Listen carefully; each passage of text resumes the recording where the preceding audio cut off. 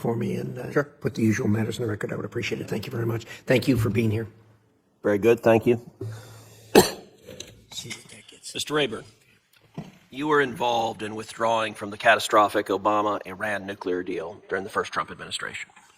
After that withdrawal, President Trump imposed a maximum pressure campaign that brought the regime to the brink of collapse and kept their nuclear program in a box. President Biden functionally re-implemented the nuclear deal, providing all of the concessions so that Iran could build out its nuclear program and rebuild its oil exports. I used to ask Biden officials why they weren't cracking down on Iran, and the answer they used to give was essentially, there's nothing we can do. President Trump and the current Republican Congress are committed to rebuilding that maximum pressure. Talk about what a maximum pressure campaign would look like and how you intend to pursue it. Senator, thanks for the question, and I appreciated you taking the time so we can discuss these other regional issues also offline. Absolutely, it's not rocket science, Senator. I had a chance to participate and see what works. You have to build out an enforcement apparatus. It's one thing to have the sanctions on the books.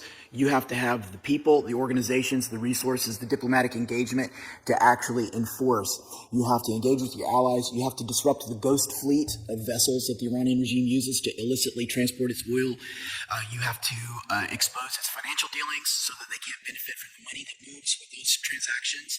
You have to warn maybe unwitting participants in those transactions. You have to expose the beneficial ownership of the vessels, of the front companies, of the financial houses. You have to engage the insurance sector so that they understand that they're potentially insuring IRGC tankers and things like that. And you have to engage with those who flag the vessels so that they understand what they're doing. When you do all those things, you can make a real dent in their oil exports. At the same time, you also have to be politically isolating them. You have to make the Iranian regime an international pariah on the terms of its malign behavior, and do that with allies, with a coalition of political and economic pressure. And that's what works. I've seen it work.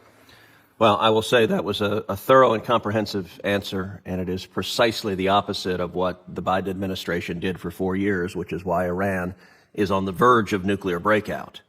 As part of the maximum pressure campaign, President Trump is committed to ensure that Iran is never allowed to enrich uranium. He has called for what has been described as, quote, complete dismantlement. Iran cannot be allowed to keep spinning centrifuges because under the Biden administration, they built out their program so much that any activity would allow them to cheat. You spoke about this earlier with Senator Ricketts, but I want to circle back to it. Talk about President Trump's red line of dismantlement and why it's so important. Yes, Senator, thank you. It's because the Iranians, if civil nuclear power is the objective of the Iranian nuclear program, they do not need to be able to enrich their own uranium. There are almost 24. There are dozens of other countries in the world that have similar civil nuclear power programs that do not have their own indigenous enrichment. They purchase the fuel from third parties. They also don't reprocess the spent fuel. So there's no need for the Iranians to do that. And that is the president's position. There needs to be a dismantlement of their facilities, of their centrifuges, and so on. There are many technical ways that can be accomplished. Secretary Rubio has laid out the same. Special Envoy Witkoff has laid out the same. And it's because of the Iranian regime's demonstrated bad faith. It's that they don't operate in good faith when you strike an agreement with them. So there has to be very strict restrictions and oversight. I think that's absolutely right. And I would note, at least from my perspective, I see no reason that the Iranians should have nuclear power generation either. They are literally swimming on a sea of oil. It's not like they are lacking for energy and sources of energy. And I feel confident the Ayatollah is not staying awake at night worried about climate change. And so, at least from my perspective, I'm not interested in anything radioactive being anywhere near a theocratic zealot who leads chants of death to America and death to Israel. Mr. DeSombra, the Chinese Communist Party is working every day to erode Taiwan's status globally. For years, I've raised concerns over the State Department's deeply frustrating policy prohibiting our Taiwanese allies from displaying symbols of their sovereignty, including their flag, on American soil. That was an Obama-era policy that came about at the express behest of the Chinese embassy. I fought against that policy. I pushed legislation reversing that policy, language that has been repeatedly advanced and received bipartisan support in this committee. It is the repeated explicit policy coming out of this committee to reverse that policy. The Trump administration changed it, but the Biden administration immediately restored the prohibition.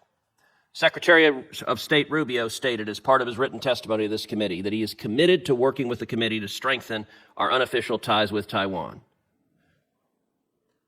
I'm putting you on the spot here a little bit, but describe the importance of bolstering our Taiwanese allies. Senator, thank you very much for that question, and thank you for making your staff available to meet with me earlier this week.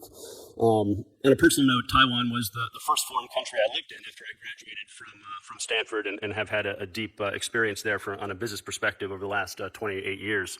Our relationship with Thailand and our relationship with Taiwan is very important. They're a great partner of ours, and we should seek to strengthen that partnership and also encourage our allies and partners to support Taiwan.